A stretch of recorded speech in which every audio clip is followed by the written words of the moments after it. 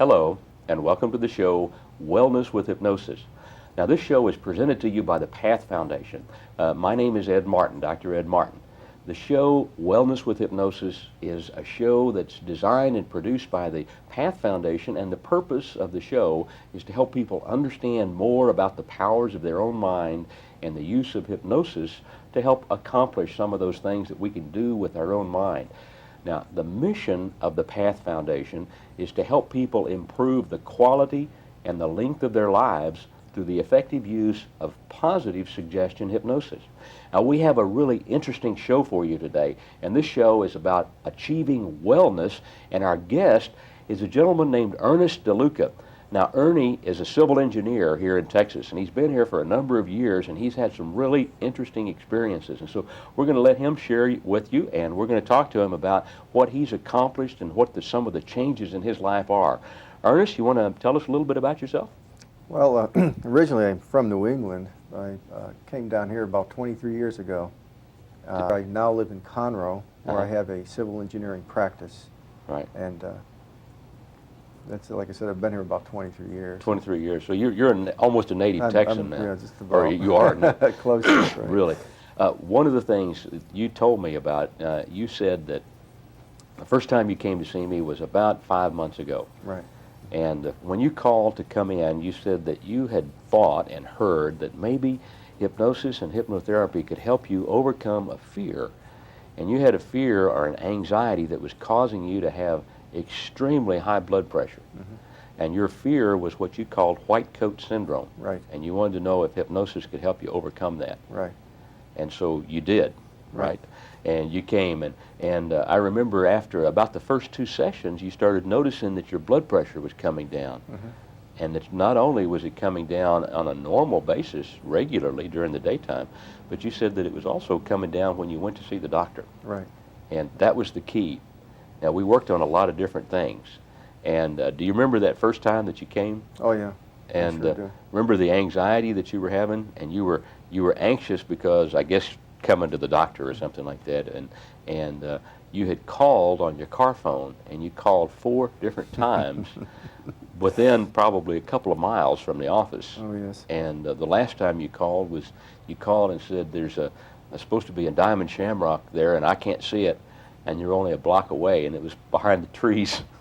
Remember? I didn't even realize how embarrassing it was at the time. Do you remember what was happening in your mind, what you were thinking at the time? I was basically panicking, not to the point of bewilderment, but I don't know, it was like flying off the handle mentally, you might say. I was just mad because I couldn't get to where I wanted right away, and for some reason that 5 minutes felt like an eternity. I mean, I just blew everything out of proportion. I just, the importance of doing something out of proportion. I wasn't calm, I wasn't collected, and of course that's not in a very good position to be, particularly when you're driving. So. Yeah, no, but that was something that happened to you regularly, wasn't it? All the time. This is what I was trying to. Well, this is not what I originally intended to take to. The hypnosis for? To take hypnosis for, but this was one of the things that was related to my anxiety syndrome. Right. And what you found when we started talking and we started working with hypnosis was that the anxiety that you were experiencing from traffic and from all the other sources, that anxiety was literally triggering and causing your blood pressure to go up. Absolutely. No question about But the real thing that was really causing you the most problem of all was the fact that when you went to the doctor and you had what you call white coat syndrome, and when you went to the doctor, your blood pressure went out of sight. And the downside of that was when it was high, of course, they figured the medicine wasn't working. They give you even stronger medicine. So I was being just literally drugged, over-drugged to lower my blood pressure. And I knew it wasn't bad because I take my own pressure at home. And it was always good. But I'd go to the doctor, it was 40, 50 points higher. And it was just getting worse. I mean, it's like I just couldn't control it anymore. No matter how hard I tried, no matter how... What you were doing, everything was getting worse and worse. Now, you had seen this in your family, though, hadn't you? Oh, yes. Your dad had high blood pressure? Yes, my 2 brothers and my sister. And your sister all have high blood pressure? Yes, sir. And it's a similar kind of thing?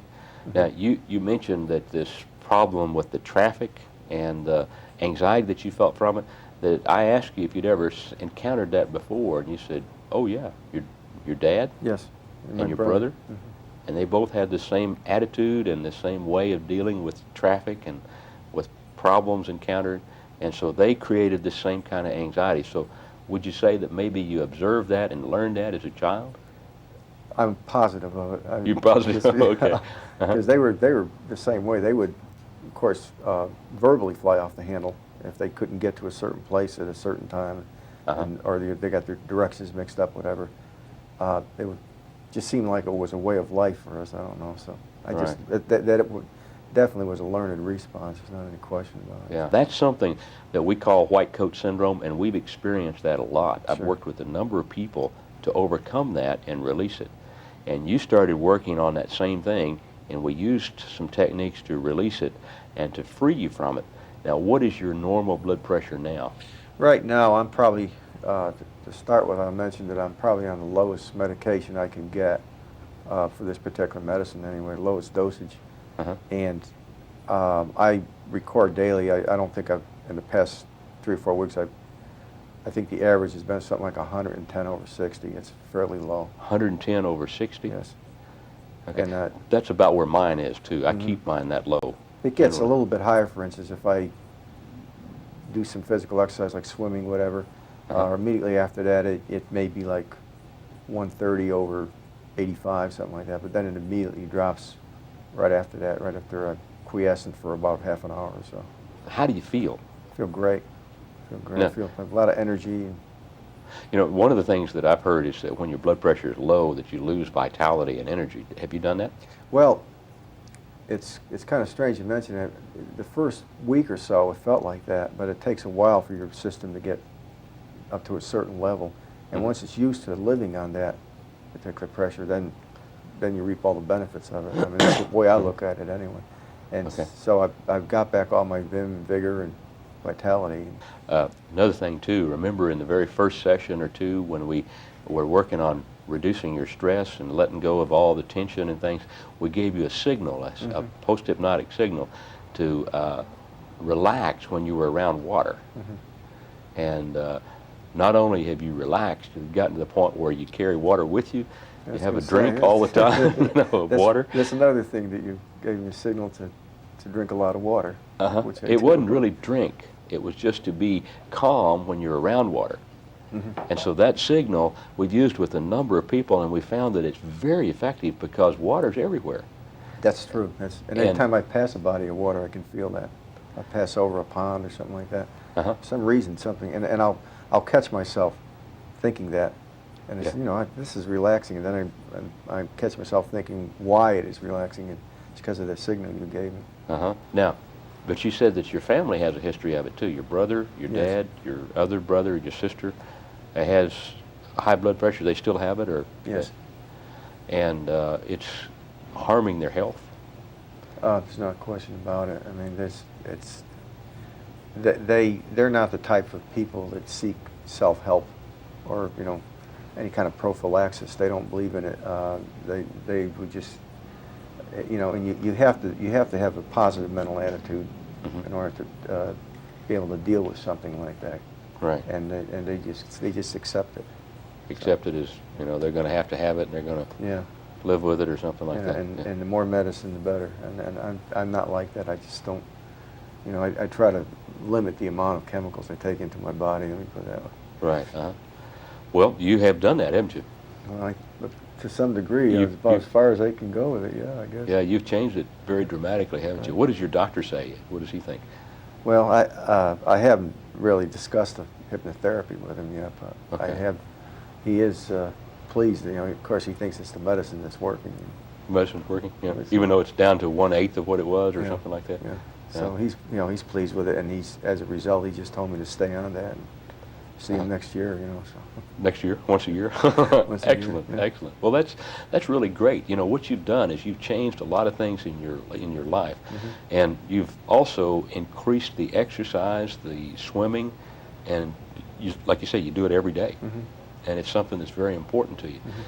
What does your wife think? Well, she sees a change in me quite a bit. You know, definitely. She notices I'm not hyper anymore like I used to be, and I'm able to deal with things a lot calmer. A lot of times she wouldn't tell me things just because she didn't want to upset me, but now she's got more bravado on that, and you know, she knows at least I can discuss them. And, Excellent. Another thing that's happened, of course, we talked about confrontation. Right. I don't really feel threatened anymore on a situation like that. I generally, if I have a problem, my attitude now is it's not going to get solved unless I do something. I mean, you know, I make a step, Right. positive step, even if the other party won't. So it doesn't really bother me to confront somebody about a problem anymore. Excellent. I don't have. I mean, it's not to say there isn't a little bit of. You know, I wouldn't be anxious about it, but it's not to the degree where I would just try to sidestep it anymore. So. In the past, confrontation caused the anxiety, and it would cause you to get so upset that you'd be upset for several days. Absolutely, absolutely. Yeah. It would be almost to the point where it would be sickening, and my stomach would just be, you know, you could feel the acids and chemicals that's running through there, running rampant. You know? And it doesn't affect me like that anymore. You know, I might say I might get upset, but it's for maybe 5-10 minutes, maybe a half hour at the most, but it dissipates very, very quickly. Excellent. Compared to a long time ago when it didn't dissipate at all. So. I know. For more information about hypnosis, call our Birmingham number, 205-322-PATH. That's 205-322-7284.